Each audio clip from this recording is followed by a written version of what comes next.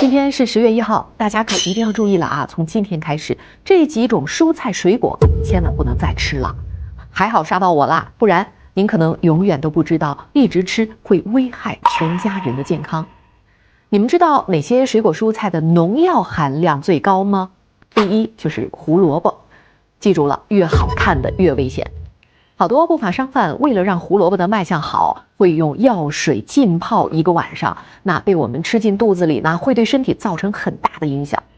第二个就是草莓，几乎所有的草莓农药残留都比较高，而且很难清除，因为这个草莓生长周期长，果实软，害虫最喜欢啦。因此，在种植的过程当中，需要使用大量的农药来保护草莓。出货之前呢，也会用大量的农药来保护果实。确保上市之后的质量，所有的环节它的农药使用率都是非常高的，最终会导致草莓的含药量比较高。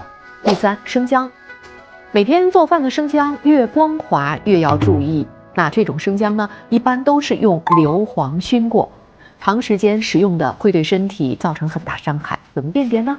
那没有经过硫磺熏染的新的生姜呢，它的表面是比较暗沉的，所以大家购买的时候一定要注意辨别。第四就是菠菜，这是受到农药污染最严重的蔬菜之一了，是其他蔬菜农药残留量的2倍。因为菠菜的生长环境比较复杂，生产过程当中为了提高产量，会过量使用化肥和农药，这也是菠菜农药残留量比较高的原因之一。